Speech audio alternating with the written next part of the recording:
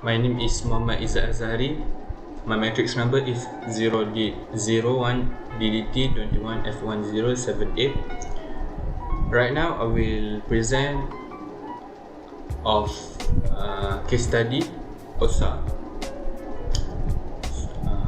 So let's start. So step number 1 is download Debian 11 ISO file.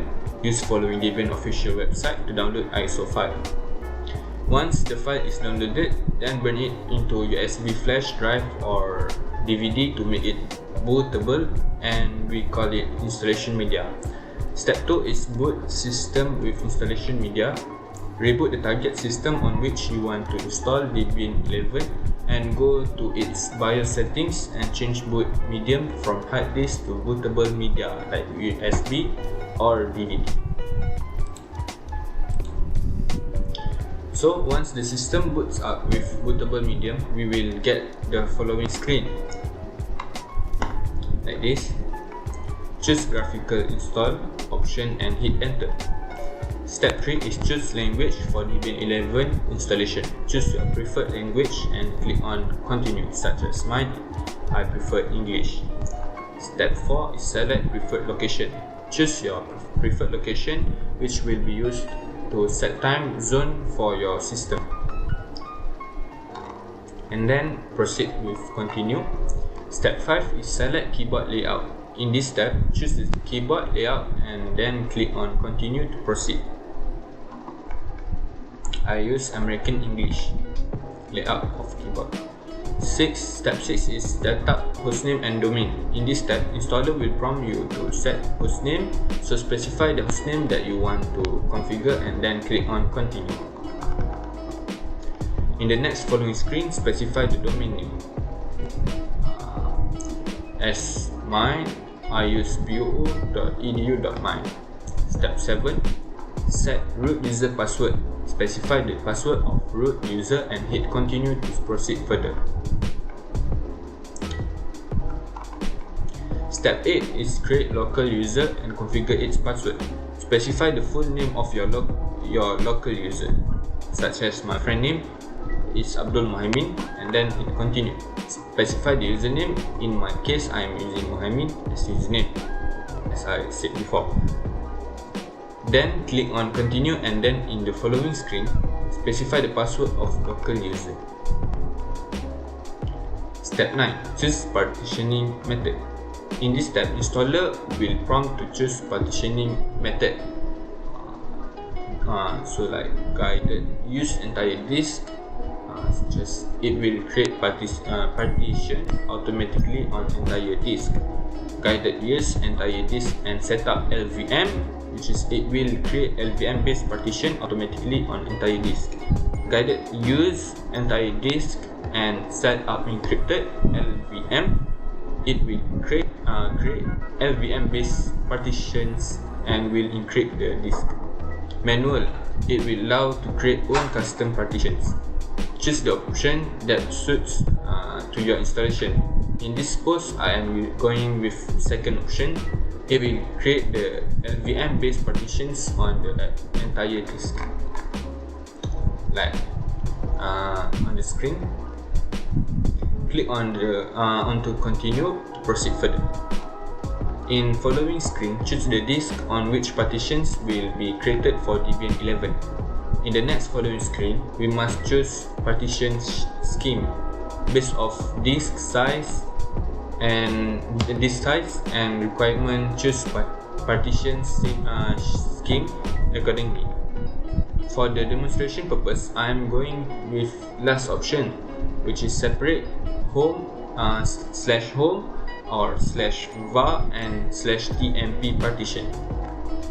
Choose continue to proceed further. Choose yes to write changes to disk and then click on continue. In the following screen, specify the disk size that want to use for Debian 11 partitions. By default, it takes whole disk size. In my case, I'm going with default disk size, which is 21.0 gig. In the next screen, we will get the partition summary. Verify it and choose yes to write changes to the disk. So that's it all from me, Muhammad AZZAHARI. Step 10 and others, my friend will proceed to present. Thank you. Thank you, Izzat. Okay, so I'm going to continue the presentation with the step 10. Okay, before that, I'm going to introduce myself. My name is Muhammad Adam bin AZZIZI with the register number 01D21F1002. So step 10 is where the actual installation of the Debian 11 started. So here are the loading screen. So after couple of minutes, it will prompt to scan installation media. Choose no and then click on continue to proceed with installation. In the next screen, choose yes to configure network mirror. Choose Debian archive mirror country and click on continue. In the following screen, click on continue if your system is not using any proxy server. In this case, you are using it. Then specify details and then proceed further. Click on continue to proceed further with installation. In the following screen, you will be asked to participate in package survey. Choose no and then click on continue.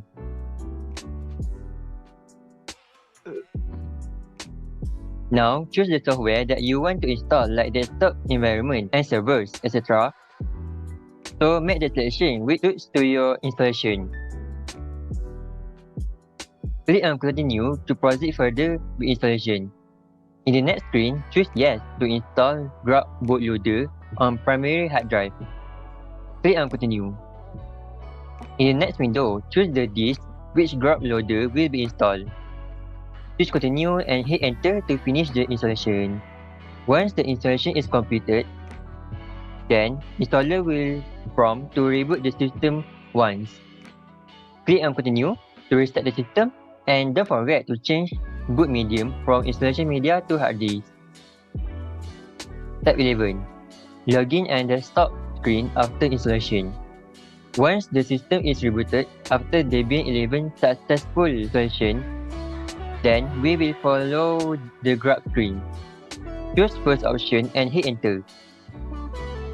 When the system boots up, we will get the following login screen. Use the same local user and its credentials that we have created during the installation. Here are the Debian 11 home screen. So that is all from me. Next, I'm going to pass this presentation to MUHAIMIN to continue with task number 2. Thank you.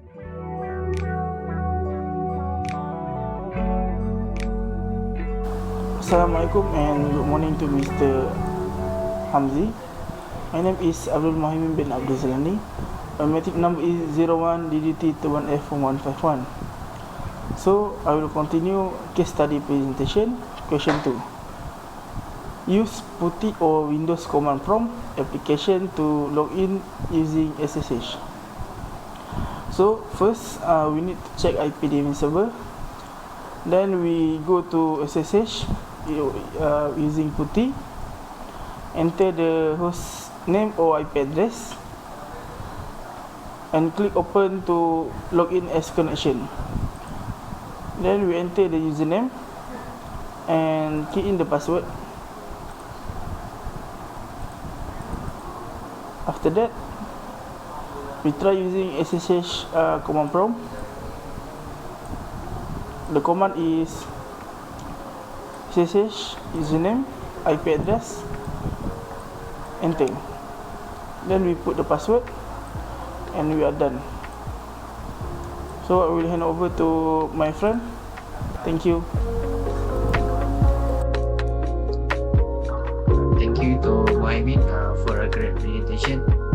Now my name is HAFIZI bin Abdul Basit. My matrix number is 01DDT21F1056. I will take over our presentation for case study operating system server administration. So I will continue about the testing and verify. So after the configuration have been made. I will do some ICMP protocol and ping enable. So we managed to get reply with no packet loss. Means the communication successful.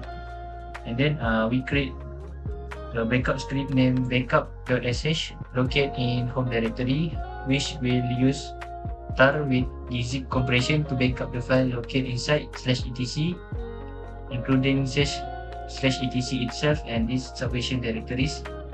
The backup file is named using the pattern backup ///mm dd mmss.tar.gz, and it should be put in the /backup directory. Schedule contact to run in every 5 minutes. The backup format, Y means year, M means to month, D for day, H for hour, M for minute, S is for second. And then the command to change to home directory is AWD CD, and we change to directory pwd. So this is the directory /home/case study, and then create a backup directory by typing sudo mkdir /backup. So after the command to create a directory /backup, and then create a backup script by running command nano backup.sh and enter the following code into the script. We use the editor nano for the editor, and then this the command configure in this editor, and then save, and then check the file had been created by running command ls. Then the backup.sh file have been created. Now to schedule the backup script to run every 5 minutes using crontab, open the crontab editor by running command crontab-e. Also you are suggest to do this in root.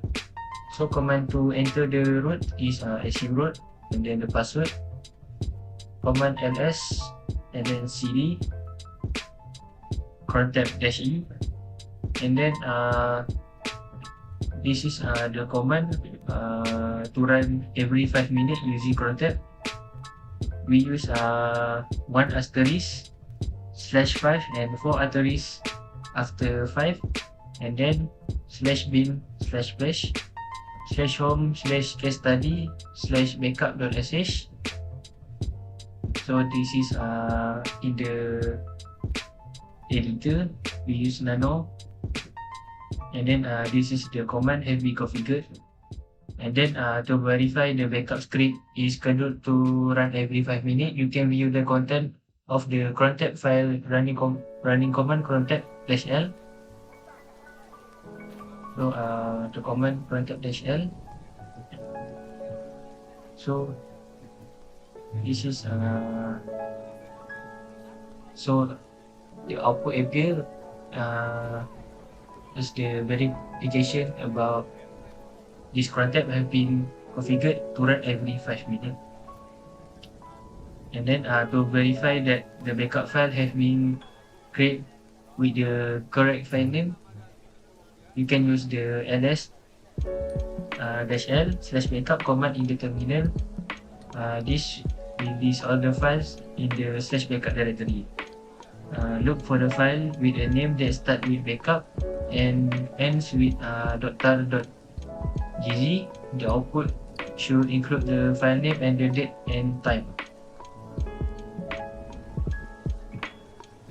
So we can see the different every time of this file is 5 minutes.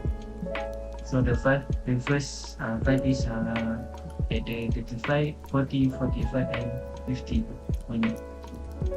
If you want to check the check the content of the backup file, you can use the tar command to extract the file from the archive. Type the following command: tar-zxbv/backup/backup -yyy/mmdd-sh/mmss.tar.gz. So replace with the actual timestamp of the backup file. This will extract the content of the backup file to the current directory. You can then check the extract file to verify the backup was successful. So this is the command.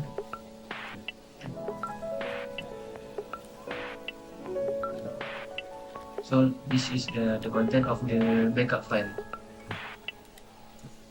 So that's all from us. Thank you very much.